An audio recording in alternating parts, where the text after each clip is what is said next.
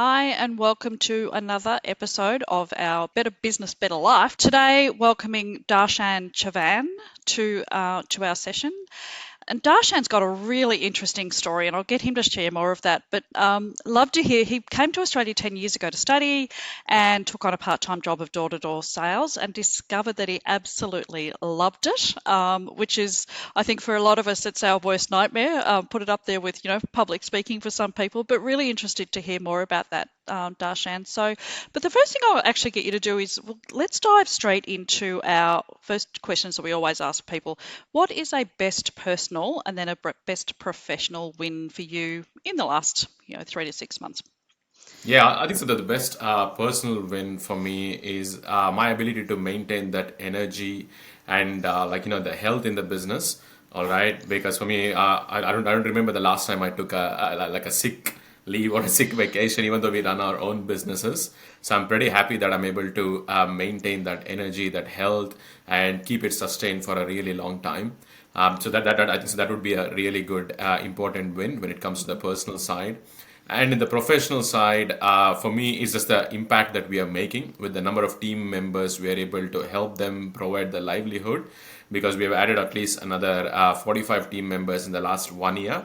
Wow. And for me, how I look at it is like, especially when people work remote, all right, from Philippines and other countries, we are able to have a really big impact. And we can see that it's not benefiting them, but also their families and also their closest inner circle, which I think so is really amazing for us. Fantastic. That's huge growth in a year. So I'd love to hear more about how you've managed to sustain that growth and do it so that I've seen so many businesses grow really quickly and then the systems and everything break in the process. But we'll get to that. So tell me a bit about you. Tell me your story and how we got to be here today. Yeah, absolutely. To even begin with, way before when I moved to Australia, I was a pretty shy kid when I started my journey way back in school days. And yeah, I used to not study. My parents used to get complaints from the school, the teachers, every other day. All right, and I used to have very low grades even in my university as well, where I couldn't even qualify to apply for jobs. All right, because my grades were so low. And yeah, somehow, just by accident, all right, I was able to discover personal development. And I still remember pretty clearly because I was into a lot of troubleshooting, like laptops and computers. When I finished my college, like my year 12 and others, I used to troubleshoot a lot of softwares, install Windows, all right, clear the hardware and everything. So I was trying to download a few things online. And I came across a particular topic, like 10 keys to success or something like that from Brian Tracy. I'm like, wow, okay, this sounds interesting. Let me just watch it. I don't know what did it be. And then that started the rabbit hole of personal development. And I'm like, wow, there's a particular science to it as well. That, you need to have your goals, you need to take responsibility, you need to take action, and that's when you can change the trajectory of your life. So yeah, I just went on that path, and that's when I got to know that okay, you know what? Let me take another challenge of moving to a different country altogether. All right, and then yeah, I just applied to come and study here in Australia, and I decided, okay, you know what? Everyone talks about Melbourne because usually I didn't even know about Brisbane or Gold Coast at that time when I was in India. So I thought, okay, you know what? Let me go to Melbourne. It sounds very amazing. And I started my journey as an international student. But even from the day one when I started my studies in Monash University, I was not interested in uni, nor studies, anything. But I always knew that if you want to succeed in business, I could see that repetitively all the business books talked about you got to be exceptional in sales and you got to be really good in marketing. If you can get these two right, you would be able to have pretty good business success. I'm like, okay, cool. Let me get started with sales. And because I did not have any sales experience, zero, all right, I worked in IT before that. The only sales job I could get was knocking on people's door and selling Telstra door to door. And the first time when I started in Melbourne, there was a massive heat wave going on. It was like the month of Jan 2014. All right. Welcome And to yeah, Melbourne. it was pretty intense. All right. Yeah. And I didn't know that it was so hot until the iPad that we used to work with showed a red thermometer saying that the iPad can't work. Too hot. Yeah, and the iPad shut down. And that's the first time I saw a red thermometer on an iPad. I'm like, cool, that's all right. And we just took a notebook and we used to still smash the doors and still keep knocking. And that was an amazing journey. I did that for 2 years until I was able to pay off my entire student debt or a student loan. Wow. Because what happens in India is you don't get HECS. Either you make the payment, you don't make the payment, you got to mortgage your parents' house. Hmm. So that was another driving force for me to get really good in sales as well. But the best part was when my parents came here for my graduation ceremony, I was able to give them the entire cash, which was supposed to Wow. clear my student debt off, and they were able to get their home back. And then, yeah, I continued my journey, all right, in sales, but I just moved on to business sales. And then, yeah, I was very keen to get into learning and development. I always wanted to do a Tony Robbins seminar, all right. And I got to know that he's coming to Sydney in 2015 to do the fire walk. And yeah, that's where I got to meet my business partner as well. And we started a couple of businesses. And even before as well, there were a few businesses that didn't go well. Way back in 2016, we had a few businesses that didn't go well, but it's always a learning lesson. We learned from there. We moved on. And yeah, last 2 years have been pretty massive growth in the way that we are able to share the message of building high performance remote teams. So what are you actually doing now? What's your current business, and what do you do?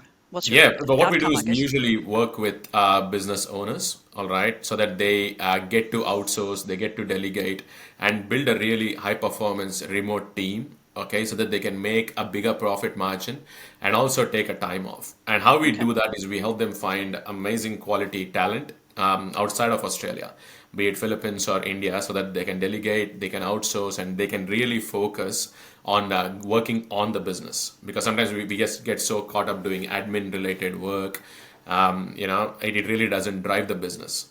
So yeah, and then the best part is the labor is pretty affordable as well over there, and people have way much more hunger. They're driven. Yeah, so usually business owners both here in US as well as in Australia. We have clients both in US as well in Australia. Okay. They see a pretty good ROI. And one of our client, Josh, I think so in the last 6 months he was able to save almost $85,000 Wow. when we did Okay. the calculation, and we were like, wow, Josh, that's a big money, man. And the best part is right now he just works only 4 days a week. He just Oh, takes even better. 3 days off. I don't think so in the last 3 months he has worked on any Friday as such. Yeah, heard somebody say a while back that they have now what's become known in their family as Farm Friday. The family owns a farm, so he's decided that he's going to work Monday to Thursday, and on a Okay. Friday he goes to the farm, and then his wife and children come in on a weekend, and then they can have fun time rather than the kids having to work on the farm. So they didn't want to go because they always, had jobs to do. So he now goes and does Farm Friday, and that's blocked out in his calendar, which I really love that concept. So, So so cool. your business, the staff that you're providing, are they like bookkeeping? Are they admin? What are they actually? What services are you providing? Yeah, usually like bookkeeping, virtual assistants, admin support, customer support, social media as well, Hmm. where business owners can really delegate those tasks, or even if they have some of their management team here in Australia, they can have a support staff as well. It's not that you need to move your entire team overseas or make them remote. It's to supplement your current team members. If they're already under a lot of pressure, all right, they're getting stressed, they can always find an EA as well. Yep. Nice. Awesome. Now, when we were chatting before we started recording, you mentioned some awards that you've won, and I'll start with what I was talking about was, I used to own an IT services business, and we'd always kind of hidden. We had a very niche market around regional hospitals and regional councils, and we didn't and professional services. We didn't really want sort of, mums and dads or really, micro business bringing their equipment to us. So we'd always hidden. No signs of the building. Nobody really knew that we even existed. And then working with a sales coach, we set a theme for the year of be seen, be heard. And from that came invitations to speak at conferences. Nick, my husband, was invited to go to the Philippines and speak to some business owners about how to transition from, into a managed service provider, those sort of things. Ended up on stage in the US in front of 3,500 people at a conference to accept an award. So for us, those awards just, it came from setting that theme and changing our mindset of how we were looking at ourselves and our business and going out into the marketplace, I guess. But you mentioned a couple of awards that you've won. What were they, and how have you leveraged off those to build your business and build the business's profile and maybe your personal profile? Yeah, sure.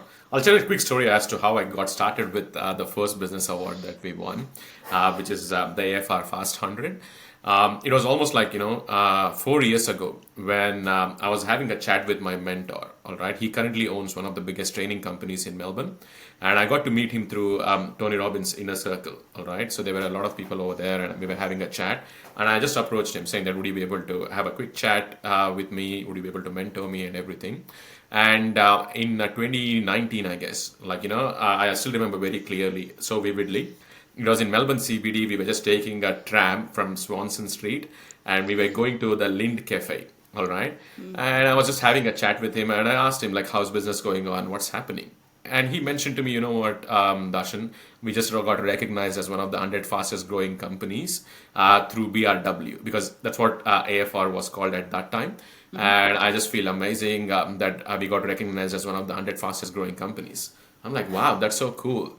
And just as soon as I came back home, I just took a picture of it and put it in my vision board, saying that, you know what, very soon I should be able to hit this goal as well. And I still remember it, it's still in my vision board that I should be able to make it happen. And in 2022 is when we got recognized as one of the 100 fastest growing businesses. And that's when we really, got to know that even though our team is 100% remote, we can build businesses.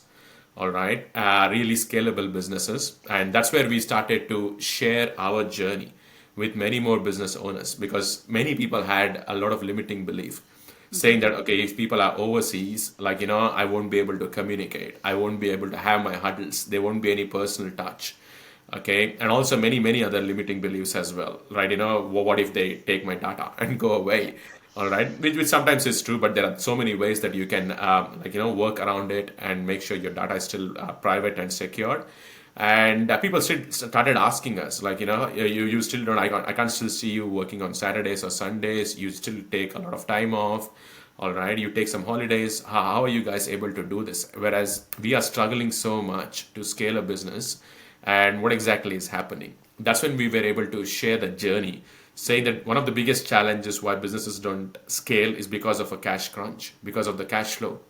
Whereas when you're able to save almost 40 to 45% minimum in your staff wages, you have so much money to spend on ads, marketing, hiring better people as well. Because currently we even spend almost 50 to 55 grand a month just on ad spend.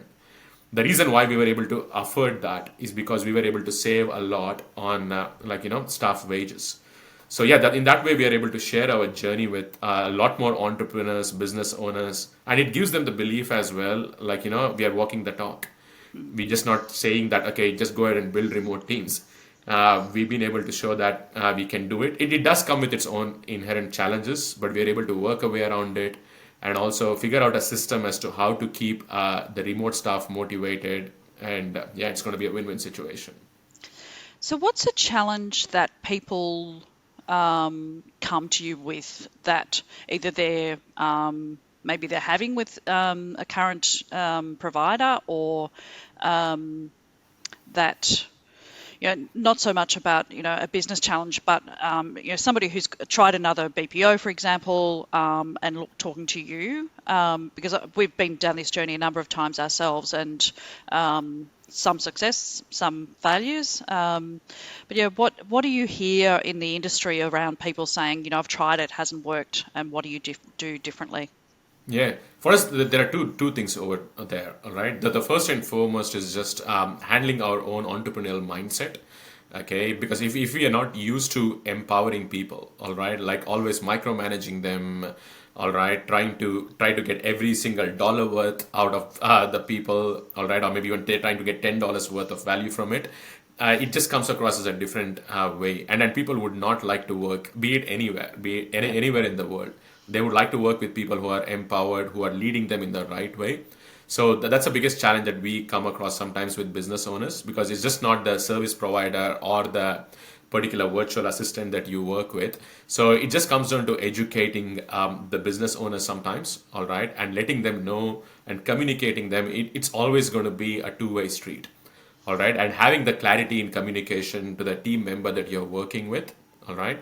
And second thing is sometimes what we believe is it just comes down to the hiring the right person or the right candidate for the right role, as what Jim Collin talks about, right people in the right role. And what we see is there's always a mismatch. So what we specialize is we specialize in doing a lot of personality profiling, be Okay. it disc profiling, all right, personality plus. There's a lot of personality profiling that we go deep and harder into it, so that we get the right person for the right role. This is where the match happens, and that's where people like some of the team members that we help them hire. And the second thing is, most of the time, it's the right person who's leading them and also who's working as an account manager between the business and the right candidate. So what we hear most often is everyone is amazing why before you get the business, or even maybe in the first month. Right after that, sometimes an account manager gets 200 staff, or maybe they might have 40, 50 clients. So whereas with us, what we do is we make sure an account manager doesn't have too many clients, because we know that that's one of the biggest pain points in the market, and that's also one of the biggest frustrations where clients face that you're just another number. So whereas with us, we just take more of a personalized approach, and we also make sure we are the ones who are being more proactive in interacting with the business owners. All right, how is your team member going? All right, are they clear on their expectations? Because what we've seen is most of the time the breakdown happens, or people and the business owners aren't satisfied when their expectations are not communicated in the right way. Okay. So that's where the account manager comes in, and she liaises between those two and makes sure the connection is pretty good, and yeah, the business owners are really getting their bang for their buck. And it's no different to any other business, really, isn't it? It's that account manager can make or break a relationship or a deal or a project. Are your team all working remote, working from home, or are they in BPOs in the two different? So it's They're all India working and from home Philippines, at all the working from moment, because home. what we could see that was really high quality and high talented people these days. They love the flexibility of working from home. All right. But having said that, we have systems in place to make sure that, the data is protected, and also we have different ways, all right, where we make sure that they are still working on the business and people are able to get their returns, what they need. Nice. And it's interesting. So we're both members of EO Entrepreneurs Organisation. I was learning chair of EO Melbourne through COVID. So organising events, and spent hours on Zoom doing, learning events and things. And one of them was I guess, a panel on offshoring versus onshoring, and what's working, what not working. And one of the things that I really learned from that myself, and I was the host of the panel, was not looking at it as offshoring or external resources, everything. These guys are just part of the team. True. And where they are really doesn't matter, because, through COVID, particularly based in Melbourne, we're in lockdown, as many other places around the world were. And really that shift from just getting the right people into the right role, regardless of where they are. Big time. Yeah, because it doesn't matter if they're in Australia or US or Africa or Philippines. It just comes down to the culture of your company.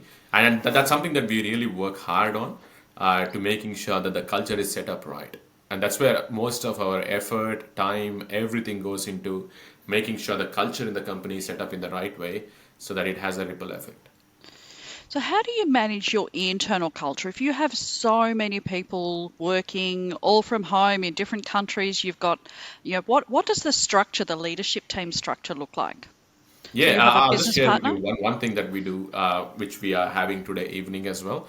What we do is at the beginning of the month, we have a thing called as a town hall meeting, all right, where every month we have the entire company come across and have in a Zoom call, all right, where we share the wins that the company has had, where we are going, what are our future plans. And we also have a few of the virtual assistants come and share their journey since they started working with us, and what kind of an impact. So that's the leadership team sitting in that, and the account managers, and then you're bringing some of your VAs. So that's not an Not all-in all in team team experience, experience. everyone comes, because that's why we do it Oh, after wow. So how many staff hours, do you like have? 6:30 in the evening. and everyone just jumps on Okay. Zoom. And yeah, there are just a few people speaking and sharing their journey, because every month we select a few Nice. people who have had amazing successes, and we do a lot of recognition as well during those times. All right, there's a lot of fun games as well we play over there, like trivia questions. And yeah, that's how we make sure that there's a part of a culture, and at the same time, the leadership team also knows that this is where the focus is going for the company. Nice. Yeah, I love that inclusive. We did a lot of that through. We were pretty good at it before. We'd had a remote Right. team for 20 years, so we were pretty good at doing it. But COVID just made us to take it to a whole new level. And having that once a month staff meeting. The biggest we got was 36 staff, I think, before we sold. And it was starting to get a little bit harder to manage that amount of people, but including everybody, so everybody knew that they were, part of that bigger picture, and it also came to that be seen, be heard, making sure that our staff felt that they were seen and heard, which sounds like you have the same approach. So leadership team. So you have a business partner. What else? Who else sits in that leadership team? Yeah, What we does do that have an structure look operations like? manager, we have an account manager, we have a recruitment manager. So yeah, and a sales lead as well. So these are the few people that we have over there, and all of them have their own KPIs. Their things are clarified, and usually on every Wednesday we even have a leadership meeting where we go through in detail, like a few of the skills that we can improve as leaders, and less about the numbers, because numbers is where what we discuss during the one-on-one session, and more about the skills, like what kind of leadership skills that we need to build on. How do we develop that culture? Okay, how do we be better at having open communication with people? How do we build people up? How do we motivate them? How do we influence people? And yeah, a few other topics like those, so that they can really grow as a leader, and they would be able to have an empowering impact on the people that they lead. Fantastic. Now, you mentioned earlier about you met your business partner at a Tony Robbins event. What other things have you done around that personal development? Because it sounds to me like that's been a big part of your life and your personal Yeah, growth. I think so. Like, yeah, personal development has been a really, really major part of my life. So I think so. I've done all of Tony Robbins seminars, be it Date with Destiny, all right, his business mastery, and even last 3 months ago, like in September, I had my parents visiting me over here. Even I took them to the Tony Robbins seminar as well and make them walk on fire. So it was a really cool experience to do that. How did Yeah, that they go? were pretty happy with it. Like, they were a bit anxious in the beginning. I'm like, how can you walk on fire? I'm like, you just go and be in a state and make your move and go for it. All right. And they were pretty pumped to do it. So that's with Tony Robbins. And I've done a few seminars of John D. Martini. So he has had a pretty good impact. But when it comes to leadership and personal development, there's another person, Darren Hardy, who has written a book called as Entrepreneur Roller Coaster. So yeah, he has a few programs as well, like Hero's Journey, and many others, which really prompted me to improve my leadership skills. And on top of that, we get mentored by an amazing leadership mentor as well. His name is Peter Cox.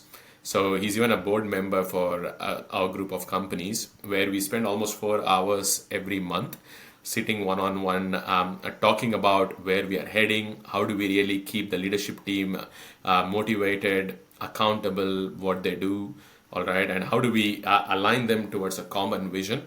So yeah, these 4 hours with him every single month from last 3 years has had a massive.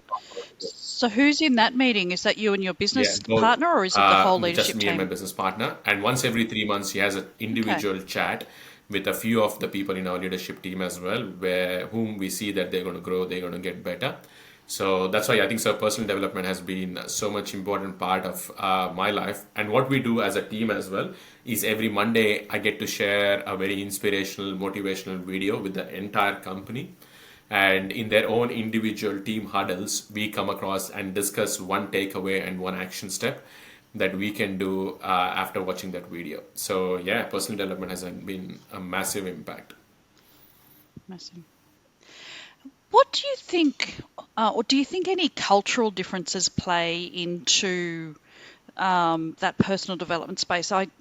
I do now coaching and EOS implementing and various other programs that I run with businesses that have lots of diversity in Australia in their staff, but also offshore teams.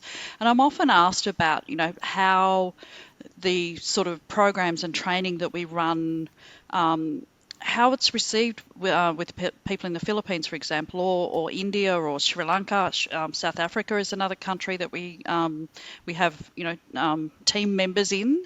So do you see any differences from Yeah, culturally? I think so. The difference I can see a little bit is people maybe from Philippines and India and other things tend to invest more in maybe business coaching or something that's more tangible rather than just life coaching or trauma coaching or other kind of stuff. That's something which I've seen myself over here, because over here in Australia or US, I can see people might indulge a little bit in NLP, which is still amazing, which has its own benefits. But when I see people in other countries, they are more towards more tangible results. Like it can be sales coaching, it can be marketing Okay. coaching or business coaching.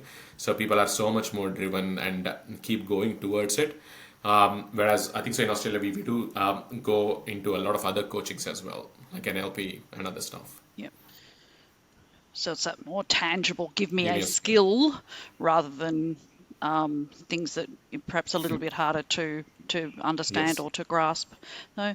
Now, you touched on earlier about you do some disc profiling. So who do you do that with? If I came to you and said I need a VA, do you profile me so that you know that who I am and can match the best Yeah, so it person? usually begins with a virtual assistant first, okay?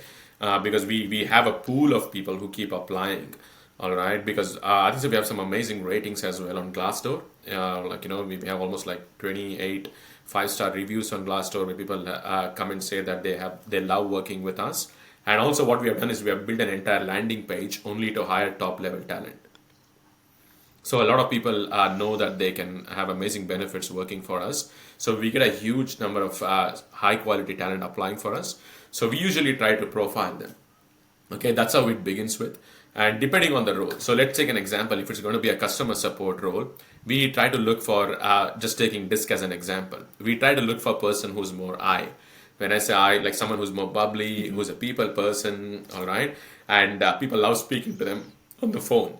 Okay, so whereas if you're looking for a bookkeeper, you would look more for a C type of personality. You don't want an eye like me. Yeah, if you look more for an I personality, it's going to be a disaster. And that has happened through our own experience. Yeah, All right, because you got to be detail oriented, you got to be analytical, you got to be got process to be C. oriented.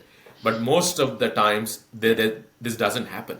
All right, because you just look at the experience, and someone, they might have worked as a bookkeeper, but they are extremely high I personality. But still, 5 years they've been working as a bookkeeper and might not have done that of a best job.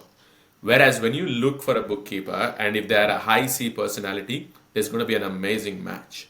So that's the first part of doing Yep. it. And the second part is as soon as we help the team member on board, we start working with them, we also profile the business owner so that the staff member understands if they're going to be an extremely high D, they don't care about anything, they just care about the results, all right?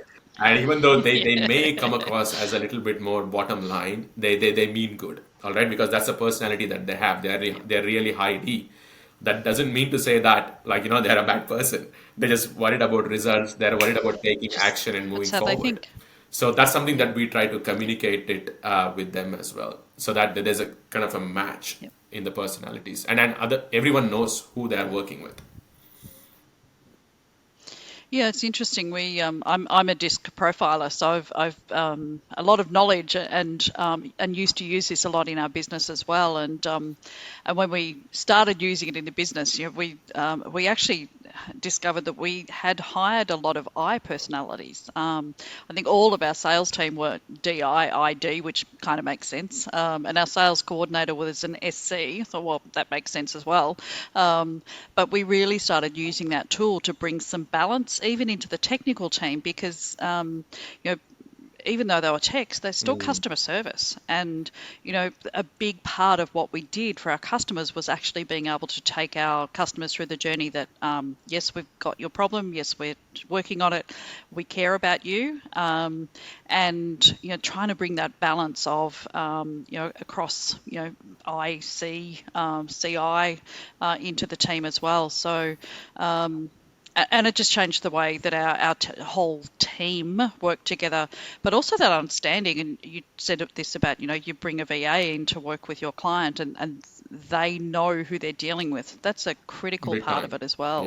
Yeah. And I'm actually doing a webinar for EO next week for the Asia Pacific region on exactly this. So I love these profiling tools and the behaviour tools, because I think they're very underutilised in running So our much. business, and bringing that. I love the word balance. And often when you start working with a client and you look at it and pretty much everybody's the same, it's like, I can see why we've got a bit of a culture problem here. Big time. It does help us a So, lot. Yeah, in many ways. yeah. Now, there was another award that you didn't talk about before. There was you talked about the Yeah. Fast 100, but there was another Yeah, that's award something which too. I just got to know a month ago. 40 under 40. All right, from Business Elite Awards. Yeah, I mean, I just feel pretty privileged as well. Starting as an international student 10 years ago, I was able to get recognized because the award ceremony is during the EO Sydney on 29th. So yeah, that's when I'll be able to collect the award. But yeah, I just feel so much grateful and blessed that yeah, I've been recognized as the top 40 entrepreneurs under 40 years of age. Yeah, I just turned 35 in April. Nice. Wow, you're only a baby. So, congratulations on that too, by the way. Now, what's next? What's the future Yeah, looking for like us, for like, you? the main mission for us to help at least 200 business owners, all right, to understand the power of building a high performance remote team. Okay, because there's so many people who want to grow in their business, but until unless you don't grow your team, it's really hard to scale your business. All right, and I'm a firm believer in the quote, which says, "Bigger the dream, the more important the team." Okay, and sometimes and to be honest with you, that was my biggest limiting belief and struggle when I first started my business journey, because I started in sales. I used to have so many limiting beliefs that no one can do a better job than me. I'm a sales champion. All right, no one can do in my company as good sales than me. All right, or I'm the best in marketing. No one can do as good marketing as me. All right, and It's not really scalable then, yeah, and actually, I is still see that challenge so it? much with business owners who hold on to it so much without, like, their ability to delegate. And I can relate the most to it because I have been through that biggest struggle for years. All right, it was not a matter of months that I was able to hold on to that. For years, I was able to just hold on to it, but some of the conversations with mentors in EO and everything, the more I let go, the more I focused on empowering people, the better freedom I got, and also the more the business was able to grow and scale, and also finding the right people. That's where I think so people get hurt because even though they may want to grow their business and they believe that they're happy to let go of and give the control, they would have had so much wounds. All right, that oh my god, I tried this last time, it didn't work. I tried it next time, it didn't work. So yeah, just trying to share the knowledge with people and share the journey that you know what, it's all you might have failed many times, but I think so it's going to be a work in progress. Until unless we don't hone that skill, it's always going to be hard. And I think so. One of my mentor had clearly mentioned long time back before I started business as well. He talked about like like if you want to really succeed in business, there's only three sales skills that you got to hone, you got to get exceptional at. The first one would be sales, all right, because nothing happens until you get better at sales, right? Once you start getting better at sales, you start generating business, and that's when the cash flow happens. But for you to scale, you need to get better at marketing. All right, you might have the world's best product, but if people don't know about it, what's the point in having those product? So that was another skill that I had to personally learn a lot because it was so much more different than sales. And to be honest with you, we were not able to scale the business as well until we got better at marketing, understanding the pains of the customers, understanding their frustration, what results, outcome, transformation that they wanted, and also crafting a messaging, crafting an offer, This was another crazy journey to go through. But the biggest thing what I was able to learn from my mentor was sales and marketing can make you money. But if you want true freedom, you got to be exceptional at leadership and building a team. Until unless you won't master it, you might make $1 million, but you'll be working 80 hours a week. What's the point in Yeah. it? So yeah, so usually even now that's a work in progress for me. There's so many areas where I need to hone my leadership skills. I need to get better at it, and so that's why I can relate to so many business owners. Like as we are told sometimes, even when I speak with many business owners, we try to run a business as a job. We still have a middle class mindset. And just last week, I was having a chat with a business owner, and he's like, you know what? I want to hire a staff. I want to hire a team member. But what if it doesn't work? What if I lose the money? And I'm like, you're going to learn some things, all right? That's a part of the process. There's no 100% guarantee that this stuff is going to work for you. But the challenges for a long time during our school days, during our childhood days, we are programmed. Failing is bad, losing money is bad, but nothing much happens until you fail, until you learn from it. Oh, that's where you learn. Yeah, the failures are where we learn the most. Learning is winning is fun and doing things well, but it's actually not where we learn the lessons that we need to. And leadership is a lifelong journey. And it's not one of those things where you go and do the course and put the certificate on the wall and say, I'm now a leader. And even as we're seeing now the different generations and what they're bringing to the table and their expectations, and so sometimes I think in the years that we had our business, we thought we'd seen everything, and then something will happen and go, oh, I haven't seen that before. Okay, something new to learn. So let's finish up, Darshan, with 3 tips for you to share with our Big time. listeners. For me, the biggest thing that stands out was when I attended the Wealth Mastery seminar by Tony Robbins. All right. And I was so keen to attend this because I wanted to grow my wealth. I wanted to have an amazing investment portfolio, everything. And I was just pumped up so that they can start their seminar. And the very first slide that they put in a pyramid, all right, as to what is most important in your life. And at the bottom, as a foundation of the Wealth Mastery seminar, was health. And I'm like sitting there, I thought, I'm in a Wealth Mastery seminar. Why are you talking to me about health, nutrition, okay, and supplements, exercising, mental health, everything? And when Tony started talking, he said, everything, like, your wealth, your relationships, all right, your peace of mind, everything depends on your foundation of your health, your body. That's the only vehicle that you get to use. And that's when I had like a really epiphany and a light bulb moment. Wow, this is something which I really, if I focus on, if I get better at, it can have a ripple effect on all other areas of my life. So I think so. Just focusing on health, energy, all right. How can you make sure you're always try to be in a state of amazing energy? Because I had one of the books which I read, Entrepreneur Roller Coaster, where he talked a lot about what CEO stands for. Because we always think CEO stands for a Chief Execution Officer, right, or Chief Executive Officer. But he says, as a CEO, you are the Chief Energy Officer. Okay, because until unless you don't bring in that energy, people rarely tend to connect with you. All right, and if you are always dull, if you're always less energy, people tend to go off the cliff, and there's not much happens. And energy equals execution. Oh, absolutely. They set the Yeah, energy, don't exactly. they? So I Yeah. think so that's one thing which I have tried to work on as much as possible. That's where 2 years ago I got a lot into biohacking as well, because yeah, just going through the traditional method of doctors and other things used to never work. So I had to choose my own path, get started with ice baths, cryotherapy, many other things like juice fasting, water fasting. All those aspects had an amazing impact on my life, and I just feel good. When we are sick, we don't feel good. Well, we had the EO Melbourne chapter retreat here in Bali, where I live, in May, and that's one of the things that we did was, and I think there was 120 people in basically an ice bath swimming pool, which was very impressive, that they could actually create an ice bath in Bali, but to see that many people participating was Amazing. pretty cool. That's so good. Yeah. And the second important thing for me, which has played a big role, is one of the books called as "Who, Not the How" by Dan Sullivan from Strategic Hmm. Coach. And I think so. I've read this book at least 3 times because I could clearly see that every time I used to have a goal or a project to do, I used to always think, "How do I do it?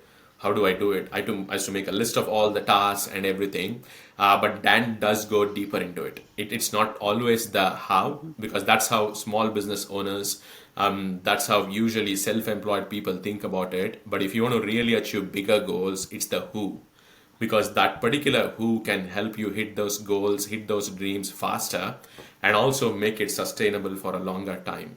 And to be honest with you, we have built our entire business around that concept, who, not the how, because the more better you get at finding that who and trying to delegate them, empower them, and really motivate them to achieve your goals, I think so you will have amazing, amazing sets of leverage that's going to be happening. Because I think so leverage plays the biggest role in business than anything else.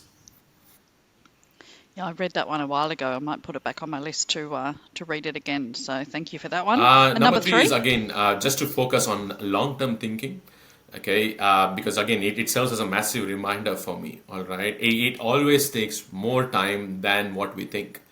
Because when I started my business, I thought, okay, you know what? In next year or 2 years, I'll be a multimillionaire. I'll be driving Lambos and Ferraris everywhere. And How's that going for yeah, you? it's still going to be a long journey.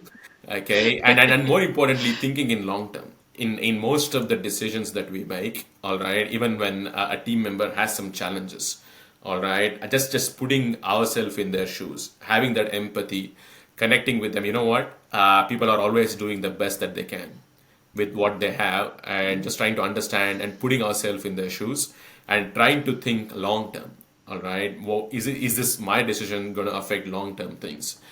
I think so that those three things have had a really big impact. Just to reiterate, focusing a bit more on the health and energy as a business owner, and focusing on who, not the how, as much as Who, possible, not how. and also thinking really on long-term prospects, like or decisions, trying to make as many decisions as possible in the long term.